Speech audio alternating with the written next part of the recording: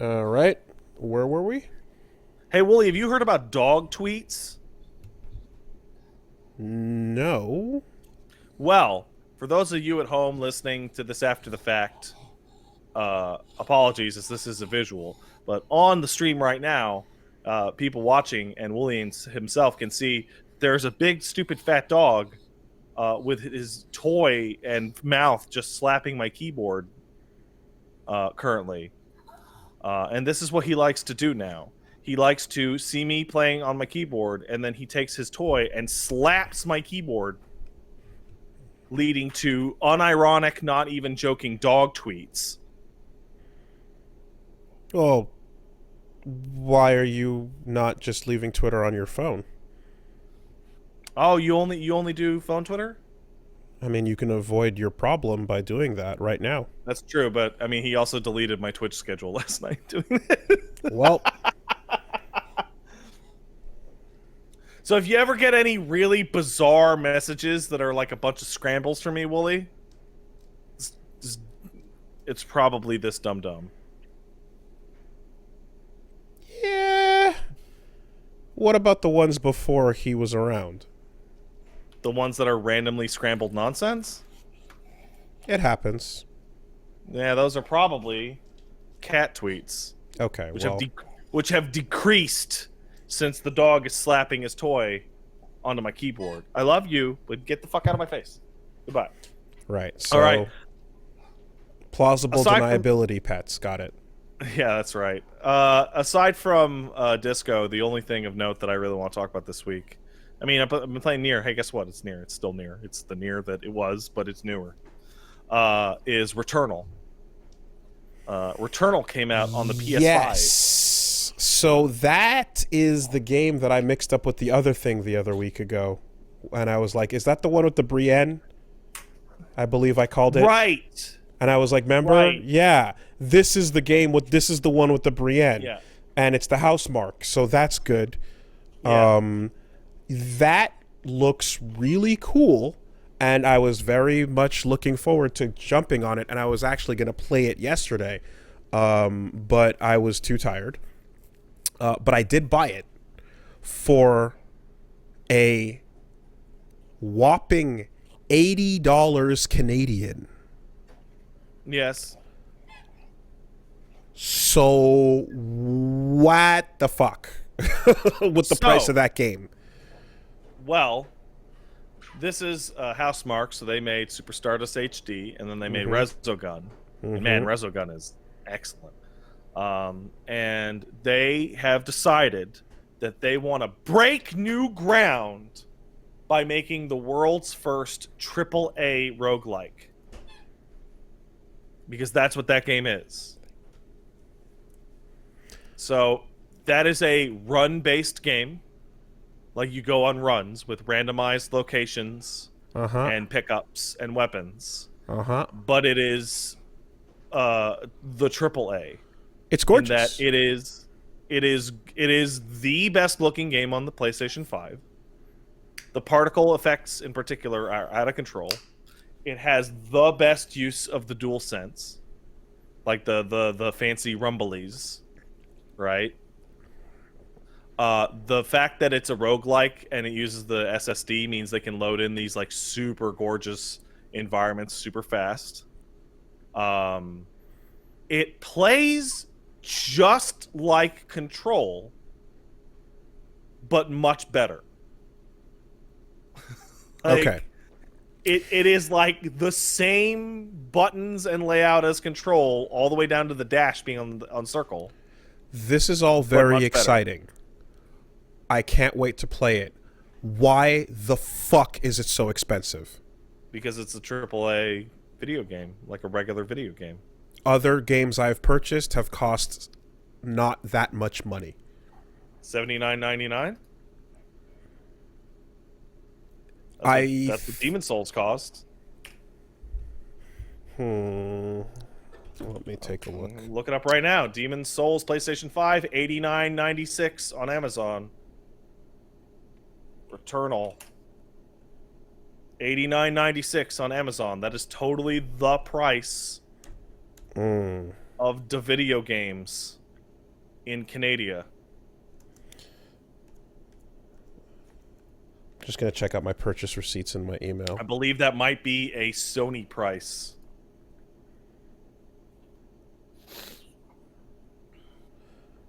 Okay. Yeah. Well, anyway, I mean, go on while I'm digging here, but it just I feel like I raised an eyebrow at the costs. Yeah. Well, also, this is the first roguelike that I want to say has ever cost more than $30. Like the game's immediate comparison is to Hades, right?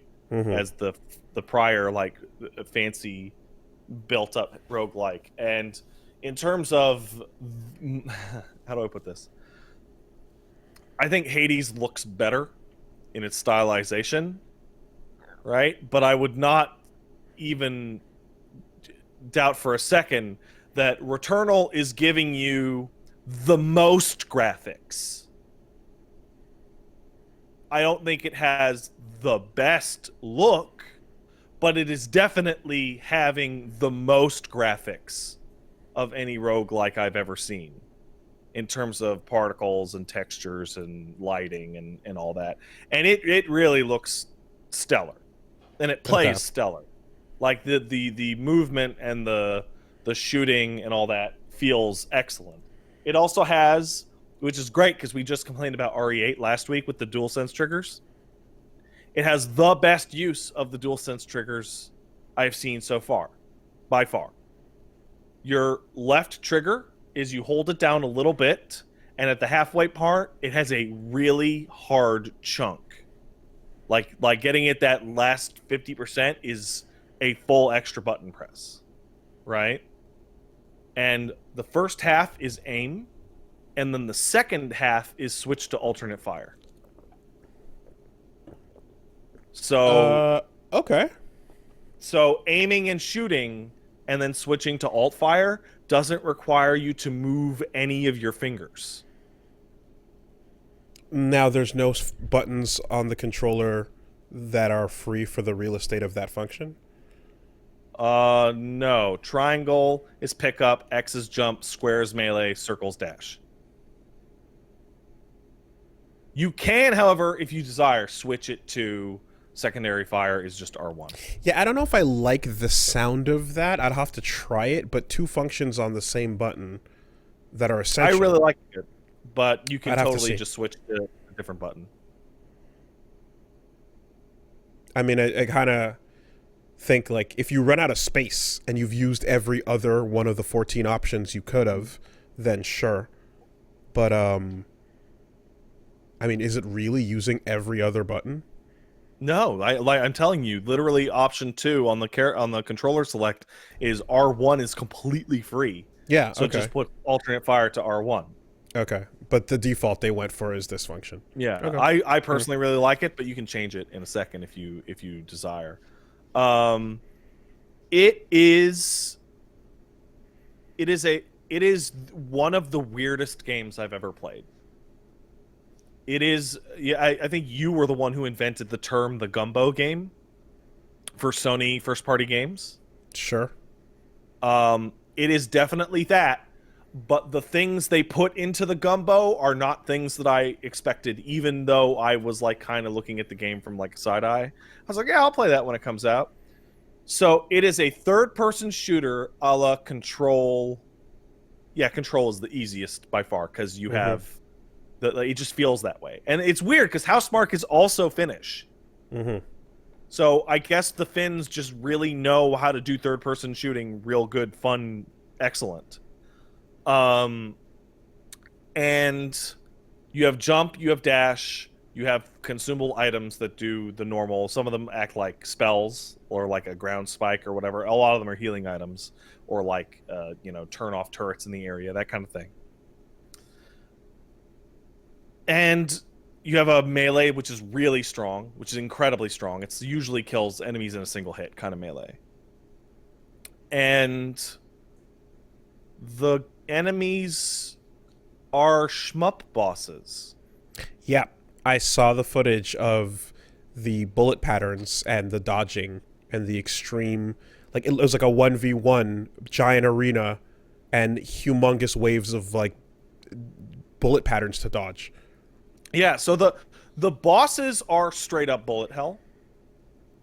And the regular enemies are run everywhere from regular normal ass third person shooter enemy that fires like a burst of pellets at you to the big rush down kind of gorilla beast monsters that like they do a big leap attack and then you have to dash out of the way.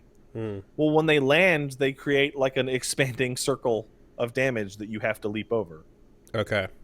Yeah, when I saw some of the footage, I was thinking of Fury. Yeah, that too.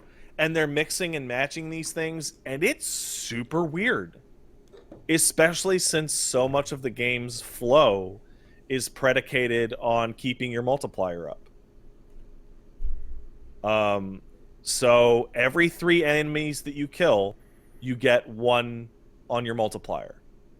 And the first is you have a easier active reload. The second is you can see enemy locations through walls. The third is a melee attack, which does twice as much damage. The fourth is you gain weapon experience twice as fast. And then the fifth is you gain double money from everything you kill. But if you take a hit, multiplier goes down to 0. Okay. So it is extraordinarily emphasizing perfect play. How quickly are you getting stronger between each run? Not very. So the difference between a roguelike and a roguelite has always been the difference between permanent power upgrades. There are very few permanent power upgrades in this game. The only significant source of permanent power is when you get let's say, a machine gun. It will have a secondary trait, like rising pitch, which means the longer you hold the button, the faster it'll fire, right? So if you use that gun for 15, 20 kills, you'll unlock rising pitch on it, right? Now, in the future, if you ever pick up a machine gun that has that trait, you will just use it. And so it will be stronger, right? Okay. And the way it works is you gain proficiency as you kill enemies, which is your essentially experience. And at level 5 experience, it gets a second trait. At level 10 experience, it gets a third trait, etc. Right? So that's the weapons get more powerful. That's almost it. Aside from that, you are unlocking things that can be there. You're unlocking items that fill now up exist in the world. Yeah. Right? Now, some of those are more powerful. In fact, some of them are very powerful, and the fact that you've added it to the pool is great. But in terms of permanent power, it's like 80-90% you have learned to shoot these guys good. Okay. And are you going like room to room, kind of like a challenge dungeon or BPM, where you're like scouring an entire area before you take on a boss? Absolutely. Okay. It is 100% the traditional roguelike structure of you have rooms that are a set room layout, but they've been mixed and matched in their generalness. And the secret wall may or may not be here this time, or there may or may, and the items are all scrambled, and the items that you get are all scrambled. And it has 2 like item mechanics. One is something called malignancy, where items could be purple, and you can pick them up, but they can damage your suit, and they'll do stuff like when you get hit, you'll lose money until you shop twice or something like that. And so it's a risk reward of whether or not you should risk malignancy and getting all the items or not. Okay. And then the other is something called parasites, where they will give you a buff, but they will also give you a debuff. So one that I see often and I never pick up is huge increase to your max health, but adds 3 extra seconds to your dash and melee cooldowns. It's like, I will not pick that up. Ever. Okay. Right? Not but then you'll get one that's like will save you from a killing blow. And it doesn't matter what the fucking downside is. Because it'll save you from a killing blow. Right? And then there's there's all the traditional things, like there's the healing bed that you'll find, or the bed that gives you the artifact, or roguelike shit. Yeah. Oh, hold on. I need to let the cat downstairs. He's mad that I put the gate up. Excuse me. Elmo! Okay. Elmo, I'm so hurry. No time to hit the break button on that one, so I guess we're just rolling with it. Okay. Did you play Resogun? I did. Did you like The it? multiplier system in Resogun is really similar to this. Okay. And yeah, I liked it. Resogun fucking rules. In fact, I kind of want to play Resogun right now that you mention it. I would say that the game is excellent overall. I've been playing it nonstop. There's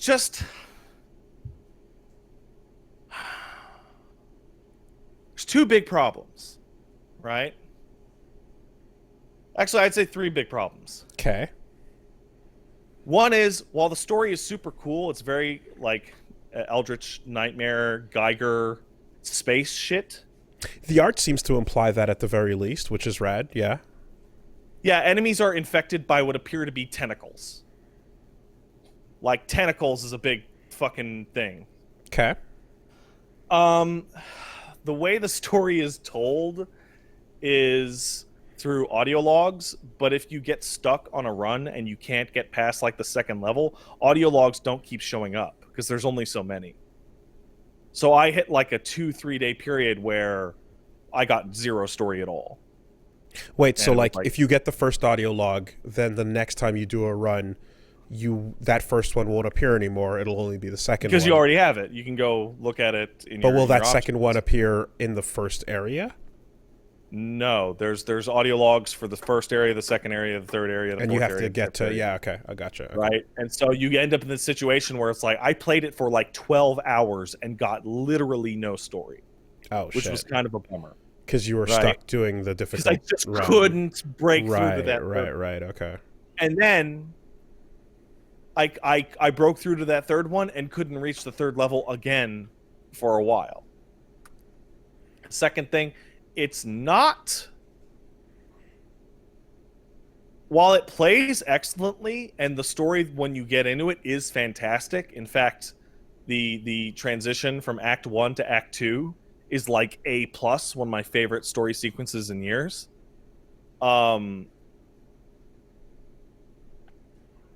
It's not a very good roguelike. Uh-oh.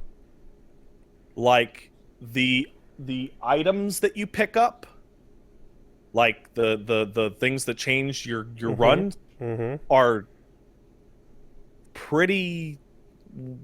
They're not very flashy. They're like... One of the ones that they're like... health upgrades will give you more health. Or... decreases your alt fire recharge. It's just subtle gun modifiers? A lot of them are pretty weak. And I don't mean weak in terms of, like, not strong. I mean, like, uninspired. Like, a lot of them are very standard. Are they subtle gun modifiers mostly? Or, like, are you getting... Subtle gun and health and stuff modifiers. There's a couple that are excellent that are, like, the strongest one that I found in the entire game is regenerating health at low health. Okay. Like, that is the strongest one I have found, and it's one that I got on my first run, and I have gotten it once since, and it carried me right through. So, Hades, you pick a weapon, and then you go out and you get some boons that are going to change your shit up dramatically. And you'll find a favorite and you'll stick to it. A run of Isaac, you'll just have a crazy it's completely different nonsense, right?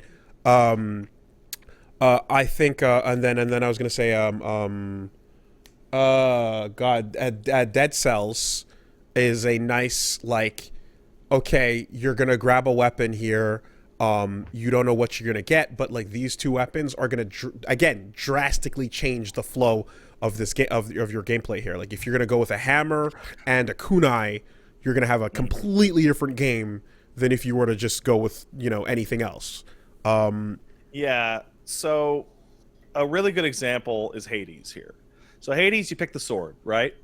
You have your 5 different types of swords, right? And then you have all the boons that modify the behavior of that sword, right?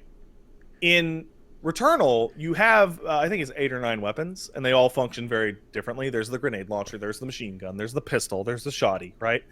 Let's take the shoddy for an example, right? You start with the same one every time? You start with a pistol every time, and then you pick up the rest, yeah. Okay. Anything out there. Let's take the shotgun, for example, because it's the easiest to describe, right? So the shotgun has a trait that gives it a really narrow cone, or a really wide cone, or it fires a slug, or it can do more stagger damage, or what have you, right? But at the end of the day, unless you get a really fortuitous combination of traits, it's pretty much going to be the same shotgun you're using 90% of the time. It does not significantly change how it fires. The only ones that change the way the guns like really feel and act are the ones that take the rocket launcher from like a burst fire weapon to like full auto, or slow down the machine gun from a rapid fire to like almost semi-auto. And so it's like the guns feel excellent. It's some of the best shooting ever, genuinely. But you're like, yeah, roguelike. Oh, I can't wait to see how the weapons it's the weapon feels like the weapon feels like the weapon. Okay.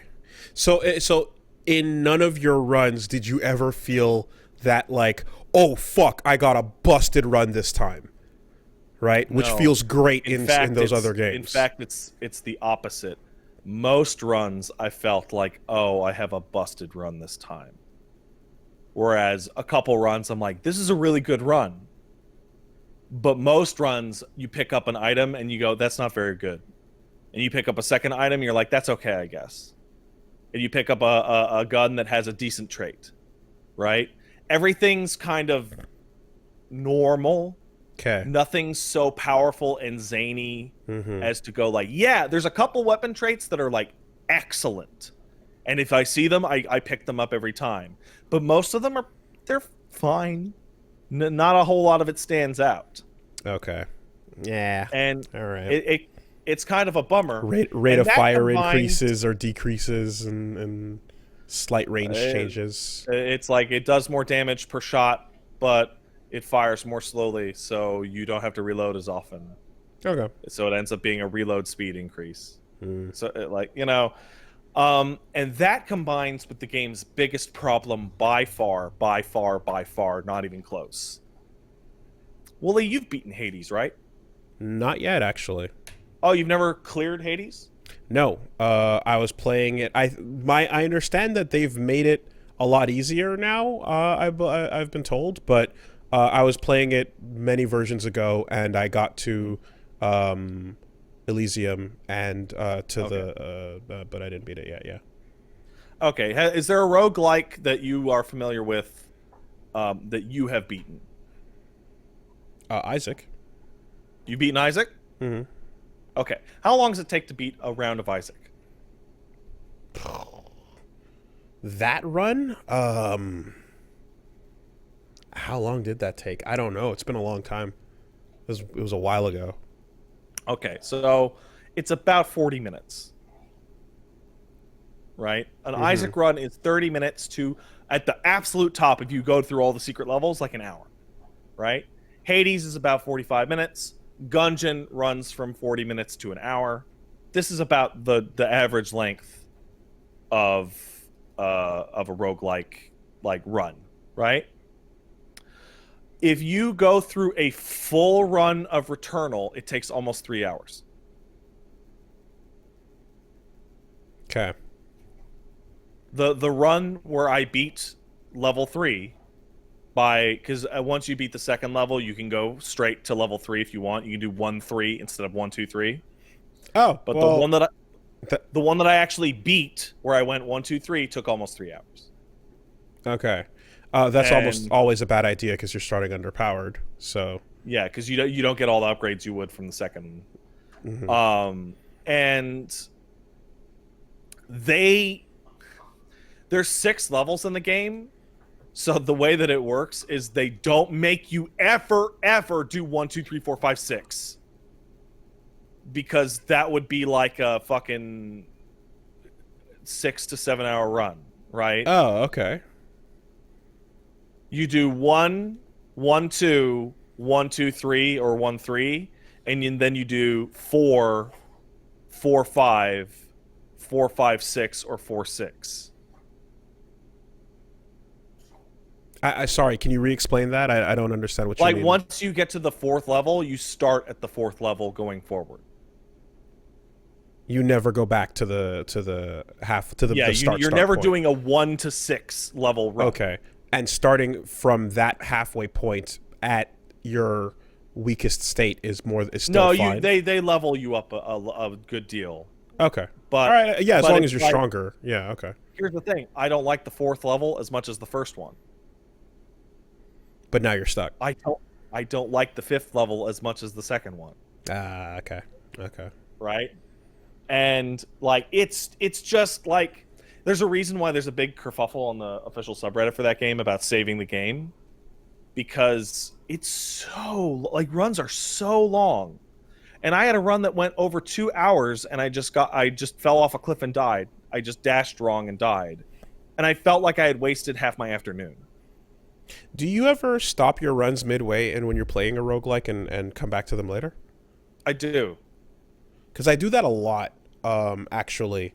Sometimes when, like, I'll hit a point where I'm like, okay, let me just get one more, because that's what, of course, what the game is designed to do.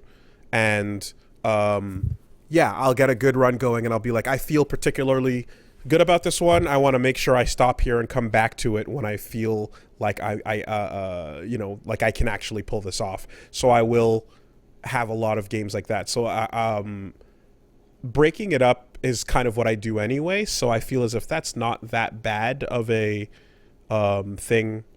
No, that's not that bad of a length for me, at least, based on how much I break these up anyway.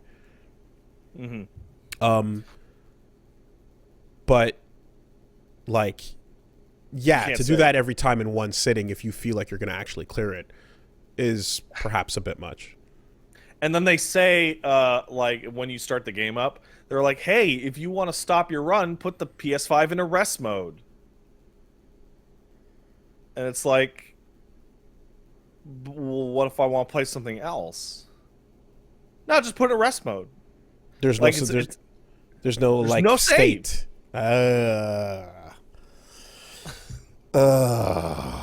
They go, well, we don't need a save game because you just put it in a rest mode. And why would you play anything else? It's like, come on. Come on. Okay, so this needs to get patched up a bit. All right. There's a kerfuffle, so they've talked about, like, okay, maybe we'll add a save game thing. And it's just like, it's a really excellent game that I'm loving playing, but it has serious problems. Like, I very, very much would like the game to just go a little more out of its way with its items. Yeah, I mean, if there's an approach they're taking, which is like, this is a tightly designed shooter, then a lot of that will be like the good feelingness of that will be like tied to not getting too crazy, I suppose. Yeah. I kind of have come to appreciate and learn over like having played a couple of these now that it's like, no, there's a way to keep it tight and balanced and not be too nuts.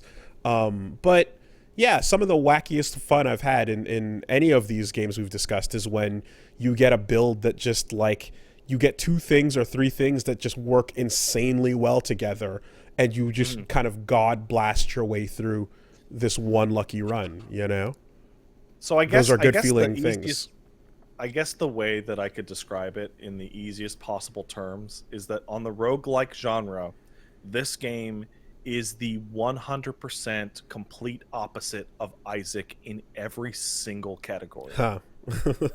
Okay. Whereas Okay. Isaac is a flash game, this is the most expensive 3D effects driven AAA game ever made.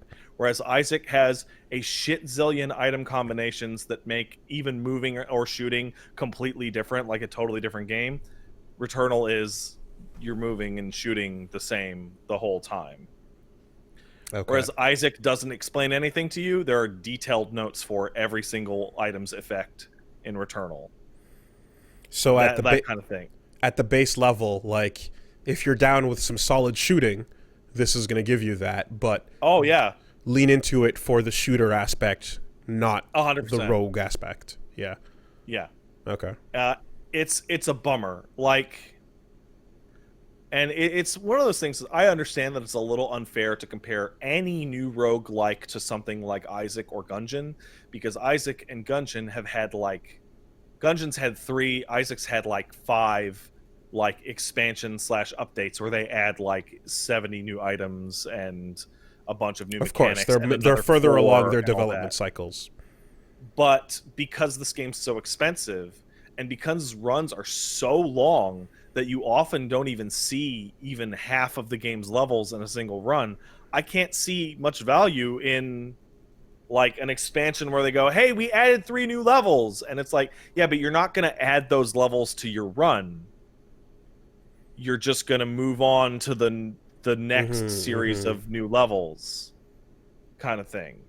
Yeah, I Like, mean, even BPM, which I went back to a couple times off stream, like there was a couple runs where first level just got lucky and found a super gun, you know, and and you kind of just be like, you're like, okay, well, like this is going to melt that first boss, or at the very least get me up to where I was struggling, no problem, the next time. And what was it in Hades? I think it was like I took like spear and I got like armor piercing, stagger on like almost every hit, and then the lightning strikes would hit every enemy around it in a like recast pattern, yeah. And I was just like, oh fuck, just everything's dead, like melting, and you just kind of have those lucky rolls of the dice, Yeah, the Returnal really desperately needs the equivalent of the Daedalus hammers. Right? The Daedalus hammer in Hades, in which you pick it up and you go, your 3-hit combo has been replaced with one big chop. Or instead of firing one shield, you'll throw 5, but they take longer to get back to you. There's nothing of that equivalent. Is there like you said, there's Returnal. melee? I mean, is there like any like fun happening around that aspect of the game, or are they Yeah, just... you hit square and you do a melee swing and it kills the guy you're looking at. Are there builds that are like leaning towards No, melee? I Or... just told you what melee is. Okay, all right. No trading off Melee your gun is for like a better melee or a crazy... no. If you hit rank 3 on your multiplier, your melee does more damage. Okay. And there are items that are like better melee, or when you kill an enemy with melee, they explode into homing missiles or something like that. Yeah. But Okay. like, No, that's what I'm talking about. That's what I'm talking about. Good. Yeah. Yeah. yeah, Cool. that's one of the really good ones that I really like. There are very few of those. It's kind of a bummer. Okay. It's weird. The story's really drip fed. I really like it. Like, I was just complaining that I wasn't getting enough story earlier because of the run structure, but like the story that is going on is excellent. It's real space nightmare. Hmm. And it has a fantastic Act 2 segue that like makes the game way better. It's weird though, in the sense that like I get that vibe from the atmosphere, because all of the footage, screenshots, and promo material is like, yeah, dark space horror, spacesuit lady walking around, but then these weird, creepy alien, foreign-looking beings, like whatever alien-looking beings, are shooting out giant pink lasers and giant purple bullet patterns at you. So like, there's an aspect of like, okay, well now it's doing its big video game attack. You know, the big scary monster is turning hard video game for a minute. You know.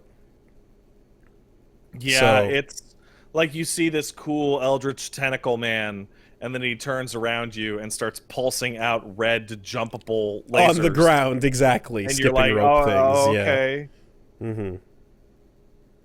all right. So yeah, you're gonna Toho for a little, and then you're gonna go back to being scared. Yeah, yeah, the game's excellent, but it's like part of me wishes it was a way simpler game so that the itemization could be way crazier, and part of me wishes they just made a goddamn third-person shooter. Like it feels like trapped in between the two genres. I mean, if they just made a 6-hour first-person or third-person shooter, like if they just did what was that? What the fuck it called? The other PS4, the ignite the shots, kill the monsters, old black and white. God, I'm blinking here. I don't know what you're talking about. Special gun, shoot the powder out, ignite the powder to kill the bad guys. Order 18, whatever. Yep, that's the one. Yeah. Right. If they just did a tight 6 to 7 hour thing of that. Yeah, the difference was that game kind of sucked and the shooting wasn't very good. If they made like a Control or an Alan Wake, yeah, no, that game would have been like aces. But you wouldn't have been playing it for as long. You wouldn't want to spend as much time with it. It would have been a bit more dry. That's true. That's true. But I also wouldn't be complaining as much.